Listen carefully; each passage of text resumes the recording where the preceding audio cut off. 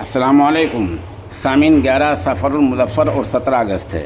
ख़बर का उन्वान है तुर्की के पार्लियामेंट में जोतम पेजार जूते चले, लात और घूंसे चले।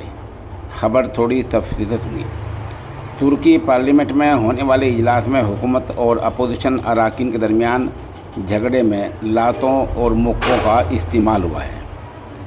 ख़बरसार एजेंसी की जानिब से जारी की जाने वाली वीडियो में देखा जा सकता है कि अपोजिशन के रुकन पार्लियामेंट अहमद सख्त तकरीर कर रहे हैं, जिस दौरान हुकूमती अरकान उनकी जानिब बढ़ते हैं। इस दौरान एक हुकूमती रुकन अहमद सिख को मुक्का मारता है और उसके बाद दर्जनों अरकान झगड़े में कूद पड़ते हैं।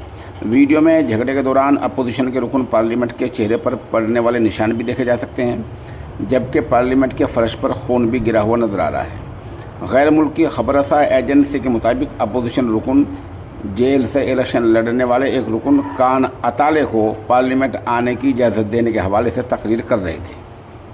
बहरहाल तुर्की की पार्लियामेंट में यह अफसोसनाक वाक़या हुआ है।